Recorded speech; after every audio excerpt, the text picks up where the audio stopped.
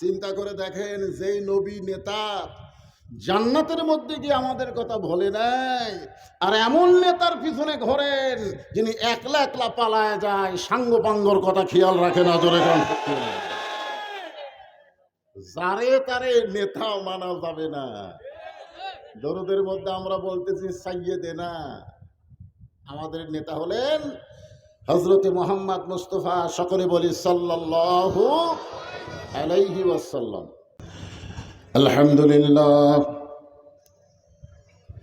আলহামদুলিল্লাহ নাহমাদুহু ওয়া নাস্তাঈনুহু ওয়া নাস্তাগফিরুহু ওয়া নু'মিনু বিহি ওয়া নাতাওয়াক্কালু আলাইহি ওয়া নাউযু বিল্লাহি মিন শুরুরি আনফুসিনা ওয়া মিন সাইয়্যাতি আ'মালিনা। من يهدي الله فلا مضل له ومن يضلله فلا هادي له।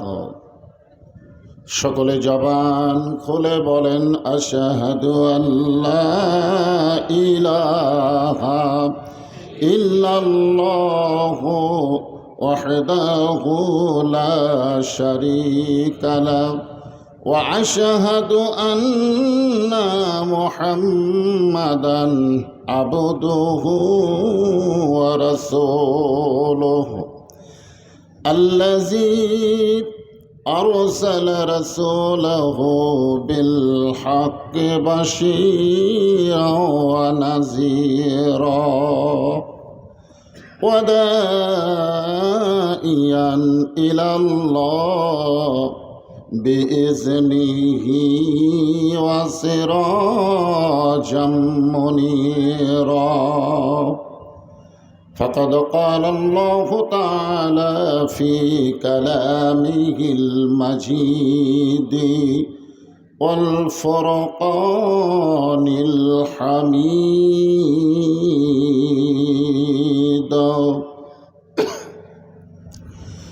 জবান খুলে সকলে পড়েন আউযু বিল্লাহি মিনাশ শাইতানির রাজিম। বিসমিল্লাহির রহমানির রহিম। ইযা أصابتهم مصيبة قالوا إنا لله وإنا إليه راجعون. إن الله وملائكته يصلون على النبي يا أيها الذين آمنوا صلوا عليه وسلموا تسليما. اللهم صل على محمد وعلى آل محمد كما صليت على إبراهيم وعلى آل إبراهيم إنك حميد مجيد. اللهم بارك على محمد وعلى آل محمد كما باركت على إبراهيم وعلى آل إبراهيم إنك حميد مجيد. يا أيها الذين آمنوا اذكروا الله ذكرا كثيرا وسبحوه بكرة وأصيلا. لا إله إلا الله لا إله إلا الله. লা ইলাহা ইল্লাল্লাহ লা ইলাহা ইল্লাল্লাহ লা ইলাহা ইল্লাল্লাহ লা ইলাহা লা ইলাহা। চাঁদ সূরু যার গ্রহ তারা আল্লাহ নামের পাগল পারা। চাঁদ সূরু যার গ্রহ তারা আল্লাহ নামের পাগল পারা। আমার আল্লাহ নামের এতই দয়া, আল্লাহ নামের এতই মায়া, লুকিয়ে রাখছেন হে আল্লাহ জোরে লা ইলাহা ইল্লাল্লাহ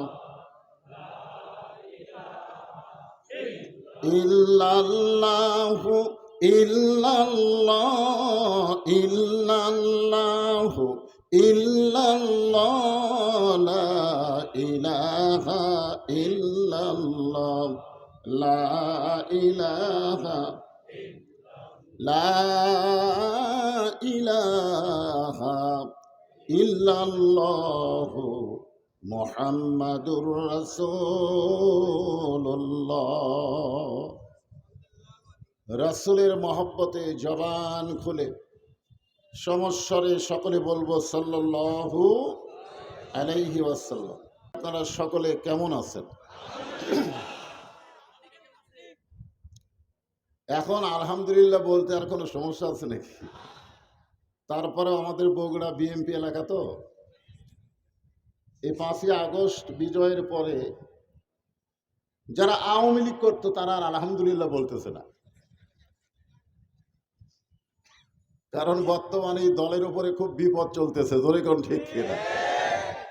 খালি যদি কয় আওয়ামী লীগ কয় থানার জমাতে, মানে দীর্ঘ কয়েক বছর ধরে এত সন্ত্রাসী, এত লুটতারাজ তারা করেছে, বাংলাদেশের মানুষরা তাদেরকে মানুষই মনে করতেছে না, মনে করতেছে আওয়ামী লীগ। ধরে কোন কথা ঠিক কিনা? এই আওয়ামী লীগ যারা এরা আলহামদুলিল্লাহ কবে না। আমার সামনে যারা বসে আছেন খুশি না বেজার? যে আল্লাহ শারীরিক সুস্থতা সহকারে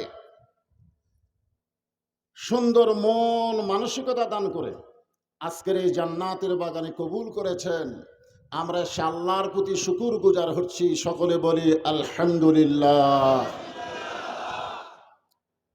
আমরা দরুদ ও সালাম পেশ করছি মানবতার মহান শিক্ষক, ওস্তাদ, সর্দার, এমন একজন নেতা আমাদের নবী, যিনি জান্নাতের মধ্যে গিয়েও আমাদের কথা বলেনি। ফেরেশতা জিবরাইল বলেছিল, ইয়া রাসূলুল্লাহ, আপনি যদি জান্নাত থেকে বের না হন, আল্লাহ আপনাকে জান্নাত থেকে বের করে দিবে না। কারণ জান্নাতের শর্ত হলো ফাদখুলুহা খালিদিন। কি যদি একবার প্রবেশ করতে পারে আল্লাহ তাকে চিরস্থায়ীভাবে জান্নাত দিয়ে দেয়। খামাখা দুনিয়াতে গিয়ে আপনি কি করবেন? যেই বছর রাসূল মেরাজ করেছেন ওই বছর হলো রাসূলের কষ্টের বছর। 3টা কষ্ট তো আমরা সকলে দেখতে পাচ্ছি। 1 নম্বর হলো চাচা আবু তালেব মারা গেছে। 2 নম্বর হলো দরদের বিবি খাদিজাতুল কুবরা রাদিয়াল্লাহু তাআলা আনহা দুনিয়া থেকে বিদায় নিয়েছেন। 3 নম্বর কষ্ট হলো তায়েফের ময়দানে গিয়া কলেমার দাওয়াত দিতে গিয়া তিনি রক্তাক্ত হয়েছেন। ওই বছরই কিন্তু মেরাজ হয়েছে। তো হুজুর, আপনি যদি দুনিয়াতে না যান এটাই ভালো হবে, বেহেশতের মধ্যেই থাকেন। সঙ্গে সঙ্গে আল্লাহ নবী বললেন, জিবরাইল, আল্লাহ যদি আমাকে জান্নাতে থাকার জন্য ঢুকতে বলতো আমি জান্নাতে ঢুকতামই না। আমি জান্নাতে প্রবেশ করেছি আমার উম্মতের জন্য। আমার উম্মতের জন্য আল্লাহ কেমন জান্নাত বানাইছে এক নজর দেখতে চাই। আমি সেই দিন জান্নাতে প্রবেশ করব যেদিন আল্লাহ আমার সমস্ত উম্মতকে জান্নাত দিয়ে দিবে। চিন্তা করে দেখেন, যেই নবী নেতা জান্নাতের মধ্যে গিয়ে আমাদের কথা বলে নাই। আর এমন নেতার পিছনে ঘোরেন যিনি একলা একলা পালায় যায়, সাঙ্গ পাঙ্গর কথা খেয়াল রাখে না। জোরে কোন যারে তারে নেতাও মানা যাবে না। দরুদের মধ্যে আমরা বলতেছি সাইয়েদেনা, আমাদের নেতা হলেন হযরতে মুহাম্মদ মুস্তাফা, সকলে বলি সাল্লাল্লাহু আলাইহি ওয়াসাল্লাম। পবিত্র কোরআন থেকে আমি একটা আয়াত তেলাওয়াত করেছি, তো খুব লম্বা চড়া আলোচনা করব না। যে আয়াতে কারিমা তেলাওয়াত করেছি বর্তমান বিশ্বের প্রেক্ষাপট, আপনাদের গাজীপুরের অবস্থা, এগুলো সামনে নিয়ে এই আয়াতকে আপনাদের সামনে উপস্থাপন করা হবে। আমাদের বগুড়াতে, বগুড়ার বহু লোক এখানে আছে না নাই? অনেক মানুষ আছে। আমাদের বগুড়াতে কোনো মানুষ যখন মারা যায়, এই মরার খবর শুনে সকলে বলে ইন্না লিল্লাহি ওয়া ইন্না ইলাইহি রাজিউন। আপনাদের এলাকার খবর কি? একই খবর। এখন যে দলেরই মানুষ মরুক, সে যদি মুসলমান হয়, এই কথাটা সবাই বলে, বলে কি বলে না?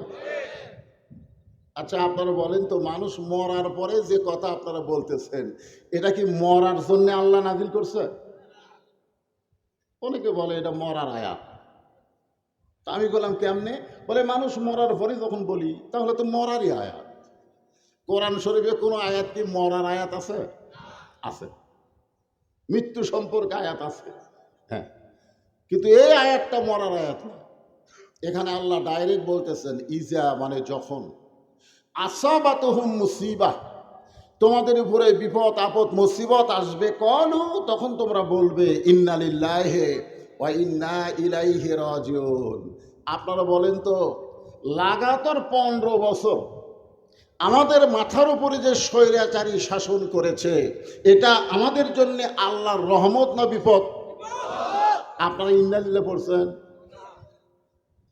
পড়ছেন? কারণ এখানে আল্লাহ বলতেছেন ইজা মানে কি, যখন তোমাদের উপরে, তাহাদের উপরে, মুসলমানের উপরে কঠিন বিপদ আপদ মুসিবত আসবে, তখন তোমরা বলবে ইন্না লিল্লাহি ওয়া ইন্না ইলাইহি রাজিউন। আমি বাংলাদেশের বহু আলেমকে বলেছি যে হুজুর বা শায়েখ, এই যে মানুষ মরার পরে আমরা যে আয়াতে কারিমা পড়ি, এটা তো মরার পরে পড়ার কথা না, এটা হলো বিপদ আপদ মুসিবতের সময় পড়ার কথা। তো মানুষ মরার পরে আমরা কেন পড়ি? সমস্ত হুজুর একই কথা বলেছে, একই কথা, যে মরাটাই হলো সবচাইতে বড় বিপদ। আপনারা বলেন তো, আমাদের জন্য মরা বিপদ না বাঁচা বিপদ? কথা কয় না।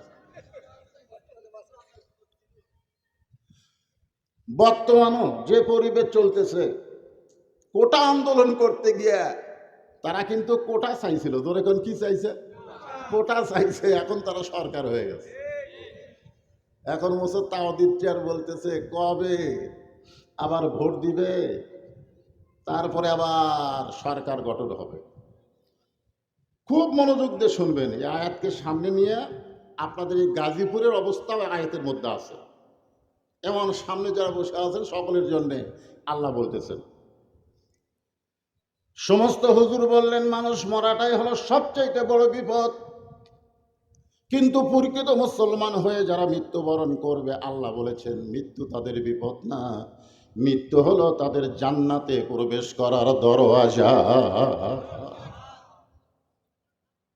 এই জন্য আল্লাহ বললেন ইয়া আইয়ুহাল্লাযীনা আমানুত্তাকুল্লাহা হাক্কা তুকাতিহি ওয়া লা তামুতুন্না ইল্লা ওয়া আনতুম মুসলিমুন। মৃত্যুবরণ করো, ততক্ষণ পর্যন্ত তোমরা মৃত্যুবরণ করো না যতক্ষণ পর্যন্ত তোমরা মুসলমান না হবে। তাহলে মুসলমান হয়ে যদি মরতে চায়, আমাদের করণীয় কি? আমাদের করণীয় হলো, দেশ স্বাধীনতার পরে আমরা পিতার শাসন দেখেছি, তারপরে দেখলাম ৭৫-এর স্পট পরিবর্তনের পরে আমরা ভাইয়ের শাসন দেখছি, তারপরে দেখলাম চাচার শাসন, তারপরে দেখলাম আমাদের ভাবি, তারপরে দেখলাম আমাদের বুবু, তারপরে দেখলাম ভাবি, আবার আপা। ভোট পাক না পাক শাসন করেছে অনেক সময়, ধরে কোন কথা ঠিক না।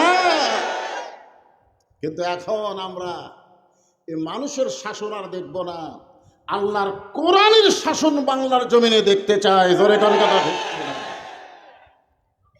এতদিন মানুষের শাসনের মধ্যে কি পাইছেন, আর আল্লাহ কোরআনে কি দিয়েছে, এই ইন্না লিল্লাহ আয়াতের মধ্যে আমাদের একটু খেয়াল করা দরকার। আল্লাহর একজন মস্ত বড় পয়গম্বর, নাম হলো মুসা কালিমুল্লাহ। মাঝে মধ্যে একটা পাহাড়ের কাছে গিয়ে আল্লাহর সঙ্গে কথা বলতেন। আপনারা বলেন তো পাহাড়ের নামটা কি? মাশাআল্লাহ। একদিন মুসা আলাইহিস সালাম পাহাড়ের কাছে দাঁড়ায় আছে। আল্লাহ বলতেছেন, মুসা তোমার খবর কি? তখন কিন্তু ফেরাউন মুসাকে খুব নির্যাতন করতেছে। ওই সময় আল্লাহ বলতেছে, মুসা তোমার খবর কি? মুসা বলতেছে আলহামদুলিল্লাহ। তার মানে বোঝা গেল, ফেরাউন যতই নির্যাতন করুক, মুসা যদি ঈমানের সাথে নির্যাতনকে অতিক্রম করতে পারে, তাহলে ওইটাই মুসলমানের সবচাইতে ভালো থাকা, জোরে গান কথা ঠিক কিনা। ওই ফেরাউনের গোষ্ঠীরা মুসলমানের উপর যতই নির্যাতন করুক, এরপরও ঈমানের সাথে যদি আমরা অতিক্রম করে আজকের কোরআনের মাহফিলে বসে এই কোরআনকে যদি হাতে ধারণ করতে চাই, তাহলে অবশ্যই আমাদের আলহামদুলিল্লাহ জোরে গান কথা ঠিক কিনা। তো মুসা আলাইহিস সালাম আল্লাহর সঙ্গে কথা বলতে পারেন, যার কারণে বলতেছে, আল্লাহ আপনি কেমন আছেন? আমি তো আলহামদুলিল্লাহ, এটা আপনার খবর কি? আল্লাহ তখন বলতেছে, মুসা আমি আল্লাহ কেমন আছি যদি জানবার চাও, ইযহাব ইলা ফিরাউন ইন্নাহু তাগা। ফেরাউনের কাছে যাও, ওই ফেরাউনের কাছে গিয়েই দেখতে পাওয়া আমি আল্লাহ কেমন আছি। আমাদের বাংলাদেশে বর্তমানে আল্লাহ কেমন আছে? আমরা আঙ্গুল দিয়ে এভাবে দেখা, এই যে দেখতেছেন হুজুর, এই মার্কেট, এই বাসা যা দেখতেছেন এগুলো সব আমার। এই সাইডে যা দেখতেছেন সব আমার বড় ভাইয়ের, পিছন সাইডে যা দেখতেছেন সব আমার বাচ্চা। তো সবই যদি তোমাকে হয় আল্লাহ, তখন বলে হুজুর আল্লাহটা দেখবার গেলে 2 মিনিট হাঁটা লাগবে। কয় মিনিট? আল্লাহটা দেখানোর জন্য 2 মিনিট হেঁটে হেঁটে মসজিদের কাছে গিয়ে বলতেছে, হুজুর এখানেও আল্লাহর কিছু ছিল না, আমার চাচা দয়া করে আল্লাহ 10 শতক দান করছে, আর আমরা টাকা পয়সা দিয়ে আল্লাহ ঘর বানিয়ে দিছি। ওর 2 কান্দে দিয়ে ফেরেশতা বলতেছে, আল্লাহ বর্তমানে বাংলাদেশে তোমার চাইতে গরিব কেউ নাই, কারণ ওর চাচা তোমার 10 শতক দান করছে, আর ওরা টাকা পয়সা দিয়ে ঘর বানায় দিছে। আল্লাহ বলতেছে, ফেরেশতা আসলেই তাই, বর্তমানে আল্লাহ না জানার কারণে, না চিনার কারণে বাংলাদেশে আল্লাহ সবচাইতে গরিব, জোরে বলেন কথা ঠিক কিনা। আজকে মানুষের শিক্ষা গ্রহণ করতে গিয়া কোনো টেনশন নাই, প্রাইমারির জন্য, হাই স্কুলের জন্য, কলেজের জন্য কোনো টেনশন নাই, যত টেনশন কোরআনের মাদ্রাসার জন্য, জোরে কথা ঠিক কিনা। কারণ কি? কোরআন কার শিক্ষা? আরো জোরে বলেন। মুসা বলতেছে, আল্লাহ আপনি কেমন আছেন জানার জন্য যদি ফেরাউনের কাছে যাওয়া লাগে আমি যাবার চাই, যাওয়ার আগে আমার তরফ থেকে আপনাকে একটা প্রশ্ন করব। আল্লাহ বলে, কি প্রশ্ন? আপনারা বলেন তো ভাই, মুসা নবী যে প্রশ্ন আল্লাহকে করবে, এই প্রশ্ন কি আল্লাহ জানে না? জানার পরে বলতেছে, কি প্রশ্ন? মুসা বলতেছে, আল্লাহ আমার প্রশ্ন হলো, আমার যা আছে আপনার তা নাই। আল্লাহ কইলে, কি কইলে? আল্লাহ আমার যা আছে আপনার তা নাই। আল্লাহ বলে, মুসা তোমার এমন কি আছে যেটা আমি আল্লাহর নাই? মুসা বলতেছে, আল্লাহ আমার মৃত্যু আছে কিন্তু আপনার মৃত্যু নেই। আল্লাহ বলে, মুসা রে ঠিকই তো তাই রে। মুসা বলতেছে, আল্লাহ আপনি যতই ক্ষমতাবান হন আপনি মারতে পারবেন কিন্তু মরতে পারবেন না, কারণ মরার যে মজা আছে এটা মুসা পাবে কিন্তু আপনি পাবেন না। আল্লাহ কয়, মুসা মরার মজা আছে, এই জন্য আল্লাহ বলতেছেন, কুল্লু নাফসিন যায়িকাতুল মাউত। জায়গা শব্দের অর্থ কি? স্বাদ।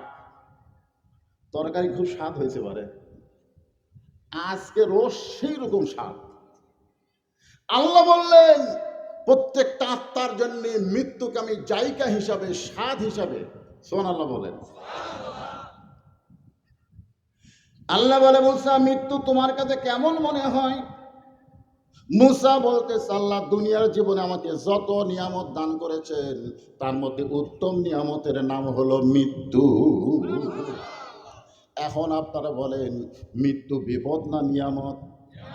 তাহলে সেই নিয়ামতের খবর শুনে আমরা বিপদের আয়াত পড়ি কেন? তাহলে মরার খবর শুনে আমরা ইন্না লিল্লাহ এই বিপদের আয়াত কেন পড়ি? সমস্ত আলেম বলেছে মরাটাই হলো বিপদ। আর আমি আপনাদের বুঝাইতেছি ইসলামী শাসনতন্ত্রের লোক, শুধু আমরা দল করব না, আল্লাহর কোরআনে বাংলার জমিনে বাস্তবায়ন করতে গেলে দরকার হলে জীবন দিব। জোরে বলেন কথা ঠিক কি না? মরতে চাই না, মরতে চাই না। মুসা বলতেছে, আল্লাহ আপনি আমাকে যা দিছেন সবচাইতে উত্তম নিয়ামতের নাম হলো মৃত্যু।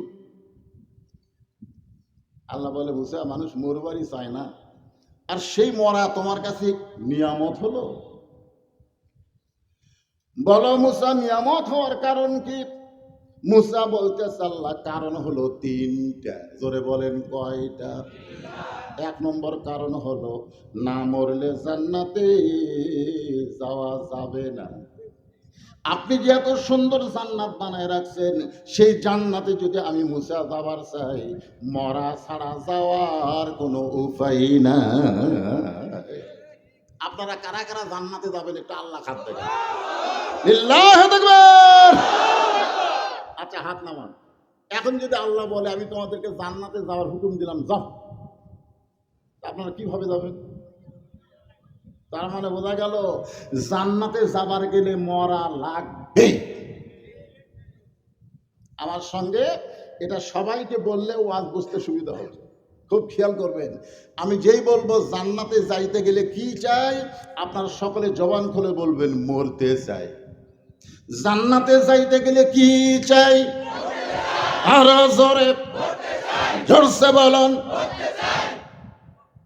বাংলাদেশের মুসলমান যদি মরবার চায়, বাংলার কোনো জমিনে 1 ইঞ্চি বাতিল থাকতে পারবে না।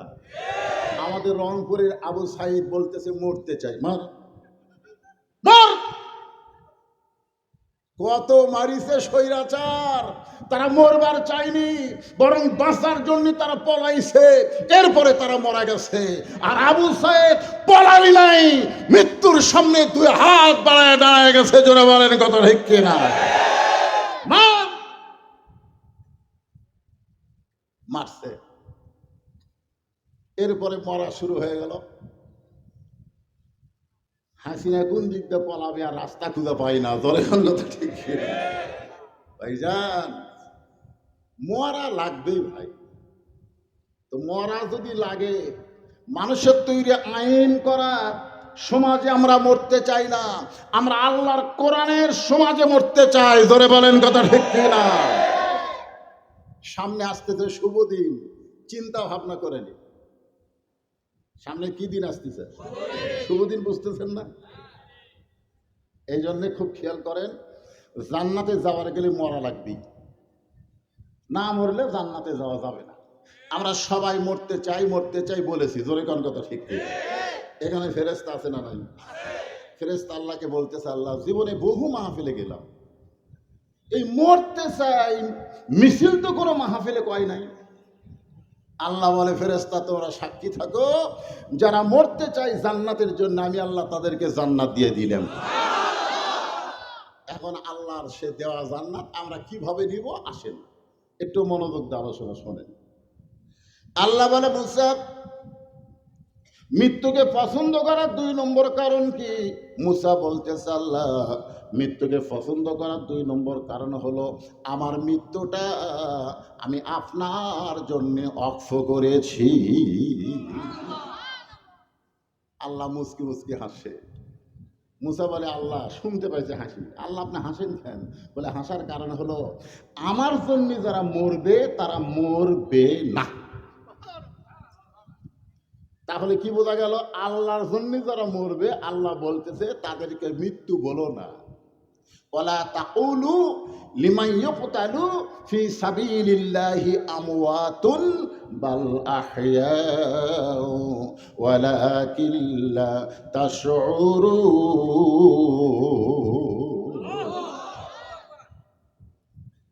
আল্লাহু আকবার কিন্তু সবাই কইতে পারে না। আমাদের বাংলাদেশে বড় বড় দল আছে, আছে না নাই? এই বড় দলের মধ্যে ভুলে এই যে কাদের চৌধুরী, সালাউদ্দিন কাদের চৌধুরী ফাঁসি দেওয়া হলো না, ওর বেটা হুম্মাম কাদের, হুম্মাম ওই এক বিশাল বিএনপির অনুষ্ঠানে হঠাৎ ওর যে কি মনে হয়েছে লিল্লাহে তাকবীর কইছে। যে লিল্লাহে তাকবীর কইছে তখন ওই সামনে যারা ছিল ওরা ওই ঝাঁকিতে আল্লাহু আকবার কইয়া ফেলেছে। হঠাৎ একজন বিএনপির এক বড় নেতা, বুড়া নেতাটি বসে আছিল, তার কইলে কি হলো? নেতা বলতেছিল তো আমাকে স্লোগান নয়, হঠাৎ হয়ে গেছে। ধরে কর কি হয়ে গেছে? আল্লাহু আকবার কিন্তু আওয়ামী লীগও দেয় না, বিএনপিরও দেয় না, শুধুমাত্র কোরআনের আন্দোলন যারা করে তারাই আল্লাহু আকবার বলে। ধরে কর আমরা ছোট দল, আজকে 60 তাকবীর দেওয়া লাগবে, পারবেন না ভাইজান? কোরআনের আয়াত করলাম, আল্লাহু আকবার কইতে আপত্তি কোন জায়গায়? লিল্লাহে তাকবীর।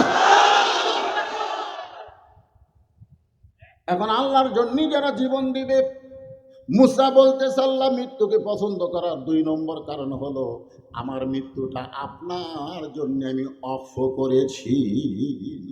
আমরা যারা এখানে বসে আছি ভাইজান, যারা দাঁড়িয়ে আছি, সবাই তো মরে যাব। আজকের এই কঠিন সময়ে, এই গভীর রাত্রে আমরা কি বলতে পারি আমাদের এই জীবনটা আমরা আল্লাহর জন্য অক্ষ করে দিলাম? ইন্না সালাতি ওয়া নুসুকি ওয়া মাহইয়ায়া ওয়া মামাতি লিল্লাহি রাব্বিল আলামিন। এখানে 4টা বিষয় আছে। 1 নম্বর হলো আমার নামাজ, আমার কুরবানি, আমার বেঁচে থাকা, আমার মরে যাওয়া কার জন্য? রাসূল সাহাবীদেরকে নিয়ে বসে আছে। এমন সময় উম্মে ফজল, রাসূলের চাচি, কালো কাপড়ের মধ্যে একটা সন্তানকে নিয়ে রাসূলের কাছে হাজির। আল্লাহ রাসূল বললেন, চাচি আপনার এই কালো কাপড়ের মধ্যে ছোট্ট একটা বাচ্চা দেখা যায়, এটা কার বাচ্চা? বলে বাবা এটা তোমার নাতি, তুমি একটু কোলে নিয়ে ওর নাম রেখে দাও। এটা ফাতেমার উদর থেকে কিছুক্ষণ আগে দুনিয়াতে আইছে, আমি ওরে গোসল করে তোমার সামনে হাজির করছি। আল্লাহ রাসূল হুসাইনকে হাতের উপরে নিলেন, এরকম 2 হাতে নিয়ে বললেন, আল্লাহ এই গোশতের টুকরাকে তুমি কুরবানি হিসাবে কবুল করে নাও। সমস্ত সাহাবীরা চমকে উঠছে। রাসূল বললেন এই গোশতের টুকরাকে তুমি কুরবানি হিসাবে কবুল করে নাও। সাহাবীরা বললেন, ইয়া রাসূলুল্লাহ এটা কেমন দোয়া হলো? রাসূল বললেন, সাহাবীরা রে, একদিন আমি নবীও থাকবো না, তোমরা অনেকে থাকবা না, এই হোসাইন বাতিলের বিরুদ্ধে হকের পক্ষে নিজের জীবনকে কুরবানি করবে। আজকে আমরা বাতিলের বিরুদ্ধে হকের পক্ষে আল্লাহ দেওয়া জীবনটা আল্লাহ রাস্তায় কুরবানি করার দরকার আছে না নাই? দরকার আছে। এখন এই মারামারি করা লাগবে না। এই কুরবানিটা হলো কোরআনের পক্ষের ভালো মানুষদেরকে আমাদেরকে ওই 300 জনের জায়গা পাঠান লাগবে। এটা হলো সবচাইতে বড় কুরবানি। এখানে এক বক্তা ওয়াজ করে গেল, আমি শুনলাম চেয়ারম্যান সাহেব বর্তমান, আপনারা চেয়ারম্যানকে দেখেন যে কোরআনের মাহফিল এসে 2-4 মিনিট একটু বক্তব্য দিবার পারে। আর আজকে এখানে চেয়ারম্যানকে দেখলেন এখনো পর্যন্ত সবচাইতে বেশি ওয়াজ করছে। জোরে কোন কথা ঠিক কিনা? অনেক লম্বা টাইম পর্যন্ত ওয়াজ করলেন। আপনারা বলেন তো, এই মানুষ চেয়ারম্যান হওয়ার পরে ইউনিয়ন পরিষদ কি খারাপ হবে না ভালো হবে? আমি একবার চেয়ারম্যানে দাঁড়াবার চাচ্ছিলাম, সাইড থেকে একজন বলতেছে নাউযুবিল্লাহ হুজুর আপনিও অকাম করেন না। আপনি একটা ভালো মানুষ, এই খারাপ ইউনিয়ন পরিষদে কেমনে যাবেন? আমি বললাম, পাগল, ইউনিয়ন পরিষদ খারাপ না, খারাপ মানুষদেরকে ইউনিয়ন পরিষদে পাঠানোর কারণে ইউনিয়ন পরিষদ খারাপ হয়ে গেছে। জোরে কোন কথা ঠিক কিনা? উপজেলা পরিষদ খারাপ না, খারাপ মানুষকে পাঠানোর কারণে উপজেলা পরিষদ খারাপ হয়েছে। সংসদ খারাপ না, খারাপ মানুষকে ভোট দিয়ে পাঠানোর কারণে খারাপ হয়েছে। জোরে কোন কথা ঠিক কিনা? ইন্নাল্লাহা ইয়ামুরুকুম আন তুআদ্দুল আমানাতি ইলা আহলিহা ওয়া ইযা হাকামতুম বাইনান নাস আন তাহকুমু বিল আদল। জুমার দিন ওমর ফারুক খুতবা দিচ্ছেন, মাঝখান থেকে একজন দাঁড়িয়ে বলতেছে, ইয়া আমির আল মুমিনিন, আপনার খুতবা শুনবো না। ওমর ফারুক বললেন, আমার দোষ কি? বলে, আপনার দোষ হলো আমাদেরকে খাটো পাঞ্জাবি দিয়ে আপনি লম্বা জুব্বা করে খুতবা দিচ্ছেন। আমাদেরকে দিবেন খাটো আর আপনি পড়বেন লম্বা, আর ওইটা পরে আপনি খুতবা দিবেন। আপনার খুতবা আমরা শুনবো না ততক্ষণ পর্যন্ত। ওই লম্বা জুব্বা আপনি কোথায় পেলেন? লম্বা জুব্বা বাংলাদেশের মতন ৯৬টা দেশের খলিফাকে জুব্বা লম্বা হওয়ার কারণে ওয়াজ বন্ধ করে দিছে। আর আমাদের এমপি ভোটের আগে কি আছিল, ভোট পায় কি হলো, এত টাকা শালা কুটি পাইল। মসজিদের ইমামের সামান্য দাড়ি যদি ছোট হয়, আপনার লোকমা দিয়া পড়েন, ওই ফাসেকের পাশে আমরা নামাজ পড়বো না। মসজিদে লোকমা আছে, ইউনিয়নে, উপজেলা পরিষদে, সংসদে লোকমা কেন থাকবে না? লোকমা থাকতে হবে ভিতরে, থাকতে হবে বাহিরে। জোরে কোন কথা ঠিক না? আমাদেরকে খাটো কাপড় দিয়া আর আপনি লম্বা জুব্বা করে খুতবা দিবে? ভালো নেতা কাক দেখেন। সঙ্গে সঙ্গে ওমর ফারুক ছোট বাচ্চার মতন কান্না শুরু করে দিলেন। এমন সময় ৩০ পারা কোরআনের হাফেজ, ৬ লক্ষ হাদিসের হাফেজ আব্দুল্লাহ ইবনে ওমর সুবহানাল্লাহ বলে। মহিলাদের মধ্যে ৬ লক্ষ হাদিসের হাফিজা ছিল মা আয়েশা, আর পুরুষের মধ্যে ৬ লক্ষ হাদিসের হাফেজ হলো আব্দুল্লাহ ইবনে ওমর। সুবহানাল্লাহ বলেন না? আব্দুল্লাহ ইবনে ওমরকে আল্লাহ রাসূল দোয়া করছেন। অনেক লম্বা ঘটনা, ও ঘটনা আমি বলতে চাচ্ছি না। আমি শুধু আপনাদের বলতেছি যে এখানে একজন নেতার ছেলে কোরআনেরও হাফেজ, হাদিসেরও হাফেজ। আজকে আমাদের বাংলাদেশের নেতাকে ছেলের খবর কি?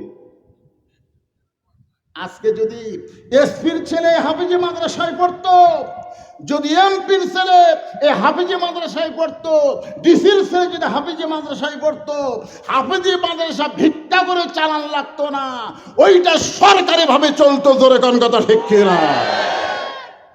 কিন্তু যারা পড়তেছে সব গরিবের সন্তান। কি নেতাগুলার ছেলেরা কি শিখছে? স্বরাষ্ট্রমন্ত্রীর পাইনি ওর বেটাক ধরছে। জোরে কোন কথা ঠিক কিনা? আব্দুল্লাহ ইবনে ওমর বাবার পাশে দাঁড়ায়া ছোট বাচ্চার মতন কাঁদতেছে। রে নবীর সাহাবীরা, আমার বাবার লম্বা জব্বা হওয়ার কারণে আমার বাবার তোমরা খুতবা বন্ধ করে দিলে। আমার বাবার পরে লম্বা জুব্বা দেখেছো, আমার পরনে একটু খেয়াল করো। আব্দুল্লাহর দিকে তাকায় দেখে পুরাতন জামা। ওসমান গনি বলতেছে, আব্দুল্লাহ আজকে জুমার দিন, সবাই নতুন কাপড় পরছে আর তুমি পুরাতন জামা পরছো কেন? আব্দুল্লাহ বলতেছে, আমি যদি নতুন জামা পরতাম তাহলে আমার বাবার জুব্বা লম্বা হতো না। আমি যদি নতুন কাপড় পরতাম আমার বাবার জুব্বা লম্বা হতো না। কারণ তোমরা সবাই ঘুম পাড়ো, আমার বাবা যেদিন থেকে মদিনার খলিফা হয়েছে সেদিন থেকে আমার বাবার চোখে আর ঘুম নাই। নেতা হওয়ার ঠেলা আছে। আমি একদিন রাত্রে ঘুম থেকে চেতন করে দেখি আমার মা দরজার দাঁড়িয়ে আছে। আমি আব্দুল্লাহ গিয়ে বললাম, মা এত রাত্রে আপনি দরজার দাঁড়িয়ে কেন? বলে, বাবা তুই তো ঘুম পারিস, তুই জানিস না, যেদিন থেকে তোর বাবা মদিনার খলিফা হয়েছে সেদিন থেকে কি এক রোগ ধরছে, রাত্রেবেলার ঘুমায় না। মানুষগুলো কেমনে আছে এটা নিজের চোখে দেখার জন্যে চোরের মতন চুপি চুপি ঘুরে বেড়ায়। তো তোমার বাবা ঘুরবে মানুষের দুঃখ কষ্ট দেখার জন্যে, আর আমি তোমার মা হইয়া বিছনার ঘুম পাড়বো? এই জন্য দরজায় দাঁড়িয়ে আল্লাহর কাছে দোয়া করতেছে, আল্লাহ তোমার এই পাগলকে তুমি হেফাজত করো। নেতা যদি ভালো হয় তার বউটা কেমন ভালো হয় চিন্তা করে দেখে। আর আমাদের নেতাদের বইয়ের বাড়ি হচ্ছে বেগম পাড়া, কানাডা। এই রে শালারা টাকা মারতে ভাই, যত কোটি টাকা আমরা ঋণগ্রস্ত হয়েছি তার চাইতে বেশি টাকা এরা পাচার করছে। তোরে কোন কথা ঠিক? একদিন গভীর রাত্রে ওমর ফারুক দুঃখ কষ্ট দেখার জন্য ঘুরতেছে, হঠাৎ দেখতে পাই মদিনার মরুভূমির মধ্যে রাত্রে বেলায় তাঁবু টাঙ্গায়া তাঁবুর মধ্যে কি যেন পাক করতেছে। ওমর ফারুক আর দূরে থাকলেন না, একটু নিকটে গিয়ে শুনতে পাইলেন বাচ্চারা কাঁদতেছে আর বলতেছে, মা আর ক্ষুধা সহ্য করতে পারি না, তাড়াতাড়ি একটু খাবার দাও।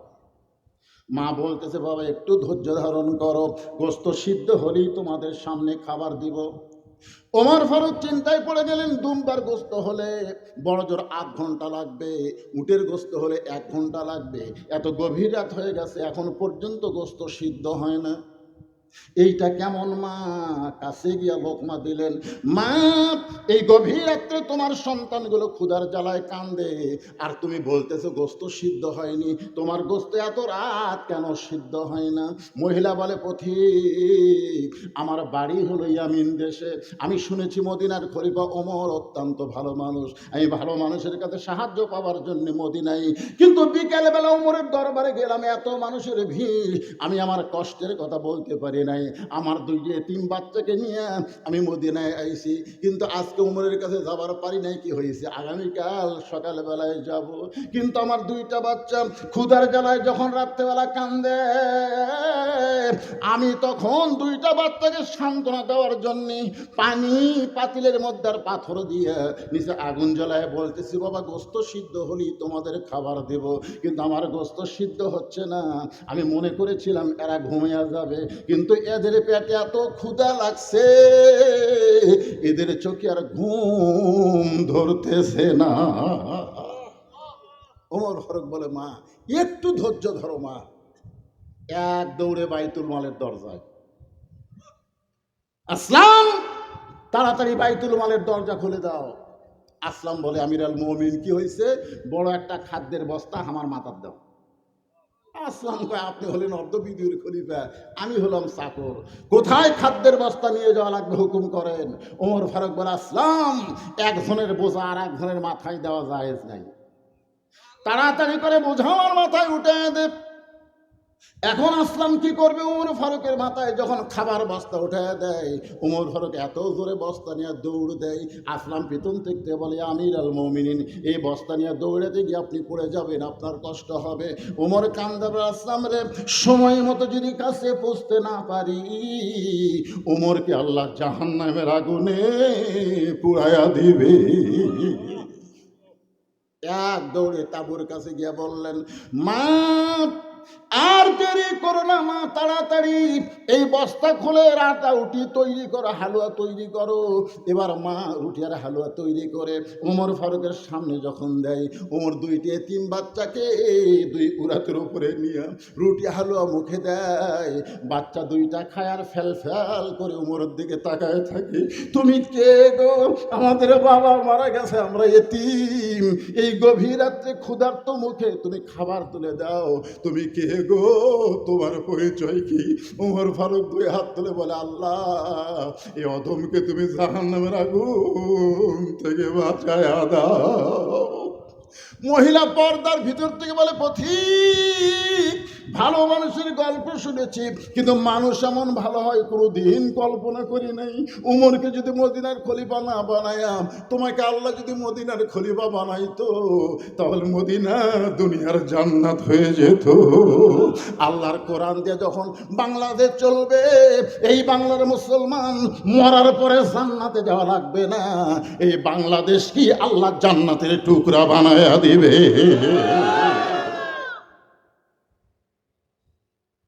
আব্দুল্লাহ বলতেছে, সবাই যখন ঘুম পাড়ো, আমার বাবা তখন ঘুমায় না, আজকে লম্বা জুব্বা দেখে লোক মারছে।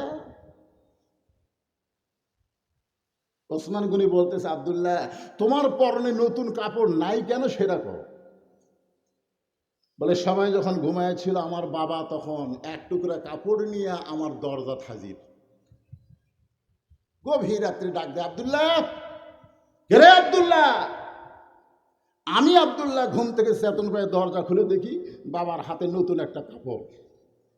আমি খুশি হয়ে বললাম, বাবা, নেতার বেটা হওয়ার মধ্যে লাভ আছে। বাইতুল মাল থেকে এক টুকরা দিছে, আবার গভীর রাত্রে তুমি আমার আর এক টুকরা দিবে রাইছ। কি কন, নেতার বেটা হওয়ার মধ্যে লাভ নাই? আমি তো এক টুকরা পাইছি বাবা, আবার এক টুকরা আমার দিবে রাইছ। সঙ্গে সঙ্গে ওমর ফারুক এই আয়াত তেলাওয়াত করলেন। কোন আয়াত? যেটা আমি কিছুক্ষণ আগে পড়লাম, ইন্নাল্লাহা ইয়ামুরুকুম আন তুআদ্দুল আমানাতি ইলা আহলিহা ওয়া ইযা হাকামতুম বাইনান নাস আন তাহকুমু বিল আদল। 6 বছর আম বাগানের চাষ করছে। জ্যৈষ্ঠ মাসে দেখতে গেছে আম পাকছে কিনা, যায় দেখে গাছের ডালে বসে এক ছোট্ট বাচ্চা পাক আম পাড়তেছে আর ব্যাগের মধ্যে তুলতেছে। বাগানের মালিক বলে, আমি খাইনি, আমার পরিবারের কেউ খায় নাই, আর তুই আমার গাছে চড়ে আম পাড়তেছিস, তোর বাপকে গিয়ে বিচার দেবো। ছেলে খালি মুচকে মুচকে হাসে। বাগানের মালিক বলে, হাসিস কেন? বলে, আমার বাপকে কোথায় গিয়ে বিচার দেবেন? আমার বাবাও তো আর এক গাছে চড়ছে। ওই তখন তাকায় দেখো আর বাপ খালি আম পাড়ে আর বস্তা ভরায়, গাছের নিচে বসে কান্দার বলে, আল্লাহ বিচার দেব কার কাছে? বেটাও চোর, বাপও চোর। আমাদের বাংলাদেশের পরিবেশ কেমন হয়েছিল? বিচার দিবেন কার কাছে? চোরও চোর, বিচারকও চোর। ভালো মানুষগুলো আলেম ওলামা জেলখানায়, আর দাগি আসামিগুলো জামিন পায়া রাস্তায় মাস্তানি করে ঘুরে বেড়ায়। জোরে কোন কথা ঠিক? বিচার দিবেন কার কাছে? বেটাও চোর, বাপও চোর। ওমর কান্দার বলে, আব্দুল্লাহ, গভীর রাত্রে তোর আর এক টুকরা দিবার আসি নাই, এইটা হলো আমার ভাগে পড়ছে, কিন্তু আমি গাইতে দিকে এত ছোট, এইটা পরে জুম্মার খুতবা দেওয়া যাবে? আব্দুল্লাহ বলে, আব্বু তাহলে কি বলেন?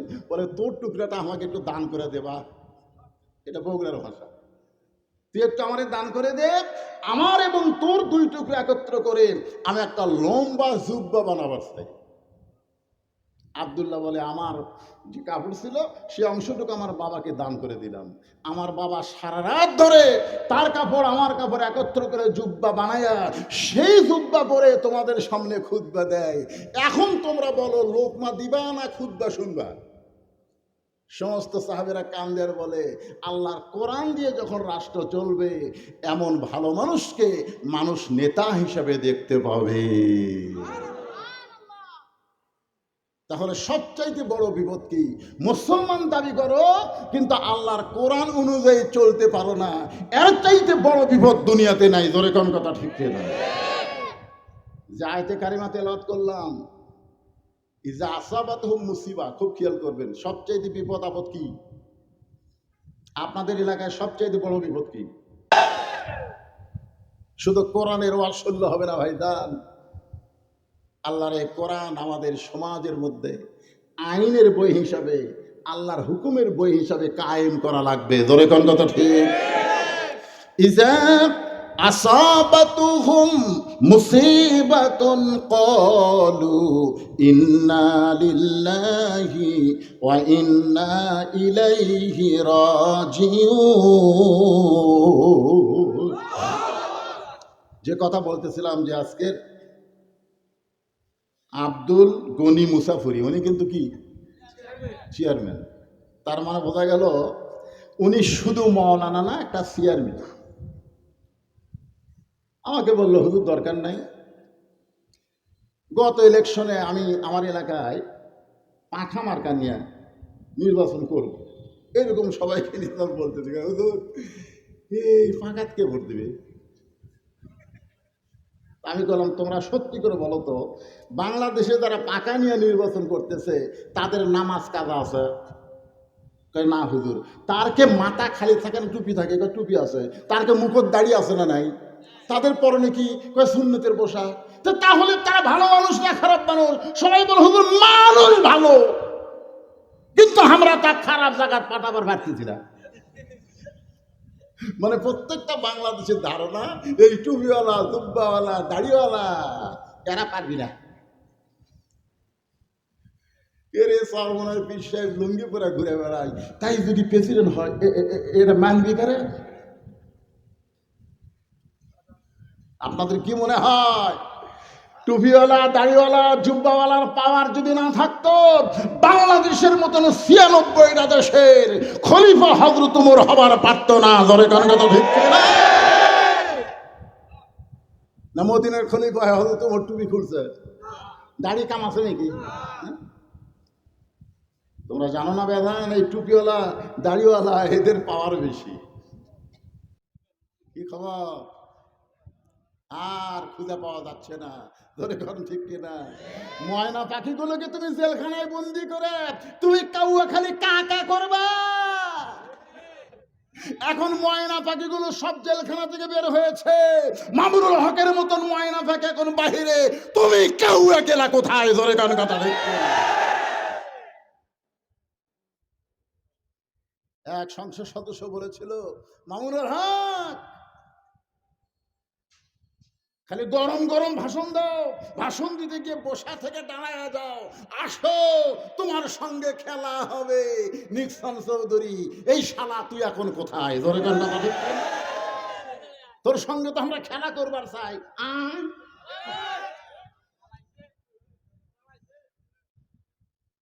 কি ভাবতেছে? হুজুরের পাওয়ার আছে না? না, কয়টা বছর খালি অ্যাঙ্গেলে ডোজ মারা লাগছে, কি করবেন বুদ্ধি নেই। এখন আর কোনো টেনশন আছে? খালি উঠছি দেরি করে পারে। না না না, কয়টা পর্যন্ত আর বেশি সময় না, এই কথাগুলো শেষ করব। 3টা কারণ মৃত্যুকে পছন্দ করা মুসা নবীর কয় কারণ? জোরে বলেন কয় কারণ? তার মধ্যে 2 কারণের ওয়াজ শুনতেছেন। 3 নম্বর কারণ অত্যন্ত গুরুত্বপূর্ণ কারণ, আমি আপনাদের সামনে আলোচনা করব। এই শালা দরবেশ দাড়ি চাষে নৌকা তুলছে। ধরে কোন কথা?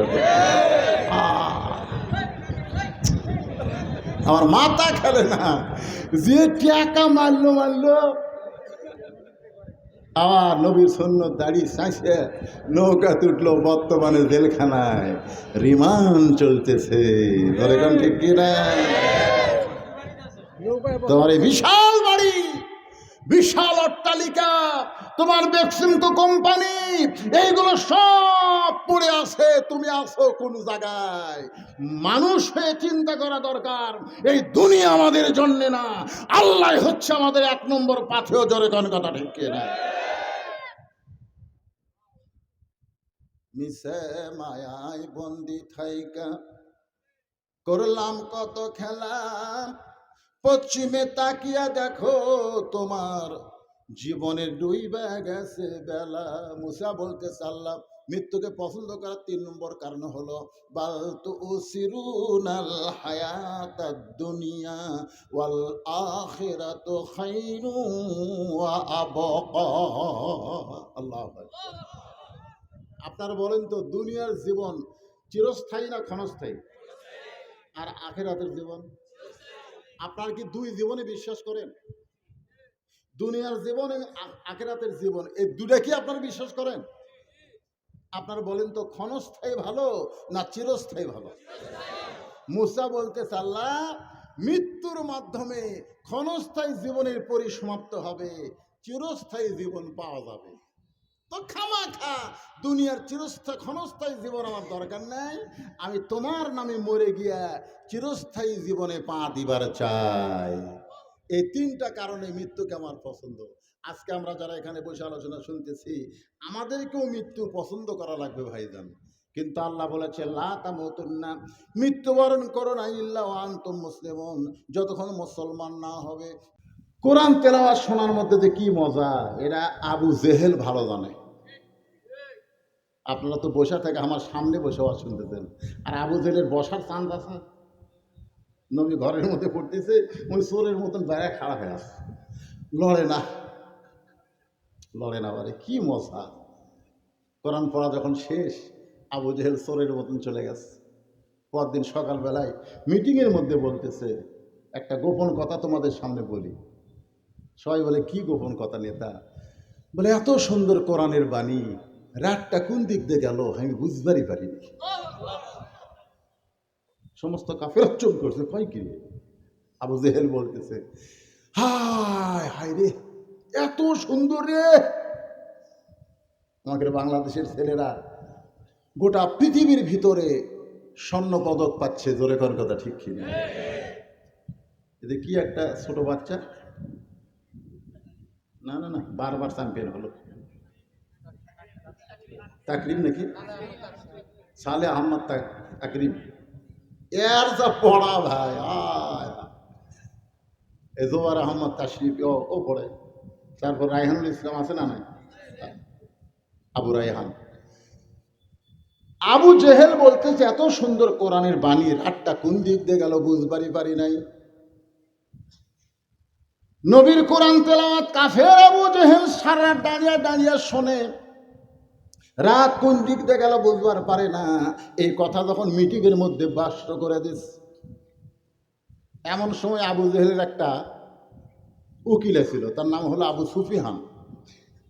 আবু সুফিয়ান বলেন, নেতা যে কোরআন শুনতেই এত ভালো লাগে, সেই কোরআন ধরলে অসুবিধা কি? সুবহানাল্লাহ। আবু সুফিয়ান কিন্তু মক্কা বিজয়ের দিনে মুসলমান হয়েছে। সুবহানাল্লাহ। এখানে এই একটা কথার কারণে আল্লাহ তাকে পছন্দ করছে, যে নেতা যারা শুনতেই সারা রাত চলে যায়, তাহলে সেটা ধরলে অসুবিধা কি? শোনার মধ্যে যদি এত মজা থাকে, তাহলে ধরলে অসুবিধা কোন জায়গায়? আবু জেহেল বলতেছে, আবু সুফিয়ান আমিও জানি রে, কোরআনের চাইতে দামি কোনো কিতাব নাই, কিন্তু এটা ধরলে তোর আমার নেতৃত্ব চলবি না রে। আমরা যে ভুয়া নেতাগিরি করতেছি এটা আর চলবি না, আসল নেতা হয়ে যাবে আব্দুলের এতিম পোলা। তা আমি বেঁচে থাকতে ওই টুপিওয়ালা দাড়িওয়ালা নেতা হোক, এটা কি চাই? শুধুমাত্র নেতৃত্বের দিকে খেয়াল করে বাংলার জমিনে অনেক আবু জেহেল মার্কা লোকেরা কোরআনের আইন চাচ্ছে না। জোরে কোন কথা ঠিক কিনা? আবু জেহেল কিন্তু জানে, এই আবু জেহেলের দোসরাও কিন্তু জানে, মরে গেলে তার লাশের পাতে কোরআনের খতম হয়। সারা জীবন কোরআনের বিরুদ্ধচারণ করছে, ওই শয়তান মরছে, আর আমরা হুজুররা যাইয়া ওকে জান্নাত দিয়ে দিচ্ছি। 3 খতম কোরআন সে পড়ে পড়ে আল্লাহ আল্লাহ, এই যে 3টা খতম কোরআন পড়লাম, এর যা সব হয় ওর আমল নামাত দিয়ে দিও। 2 কান্দে ফেরেশতাকে, আল্লাহ হুজুর কি দোয়া করতেছে? তোমার নবী কইছে যে কোরআন পড়বে প্রতি অক্ষরে তাকে 10টা করে নেকি দেওয়া হবে। আর কোরআন পড়া সারা, নেকি দেওয়াও সারা, মানে পড়াও শেষ, নেকি লেখাও শেষ। ওই যে আবার চালান করতেছে যে 3 খতমের সওয়াব দিও আল্লাহ, তো আর সব কুটি আছে।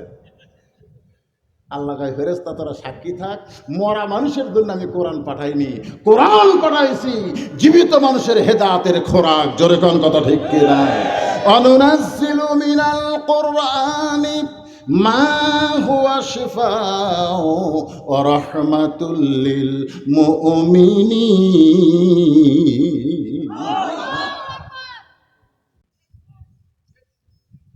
এই যে এক মুরব্বী, এটা তো ছেলে চেয়ারম্যান আছে, আর এক মুরব্বী কিন্তু পাকা নেই, চেয়ারম্যান হয় এক মুরব্বী। হ্যাঁ, তাহলে সাই বললেন। এলাকার লোকেরা কয়, আমাকে যে কোনো কাজ আমরা পারি না সেটা আমাকে করতে, সাইকেল লাগে করে সারাদিন। ভাই রে, উমরের শাসন বাংলার জমিনে দেখা যাবে।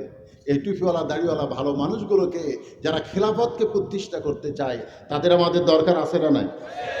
আমি উঠেছি দেরি করে, এখন কি করবেন? ওঠার পরেই যদি আমি কথা শেষ করি অল্প সময়, আপনার অনেকে বিরক্ত হবে। তারপরে কিন্তু আমি অসুস্থ, আমি আসার পর থেকে ঘরেই থাকতে পারি না। ওই গাড়ি চালু করে, গাড়ির এসি চালু করে আমার প্রেশার হঠাৎ উঠে গেছিল 170। তা আপনাকে দোয়া এবং আল্লাহর রহমতে আমি কিছুটা সময় আপনাদের সামনে আলোচনা করলাম। আল্লাহ পাক আমাদের সবাইকে ফজরের নামাজ জামাতের সঙ্গে আদায় করার তৌফিক দান করুক, সকলে বলে আমিন।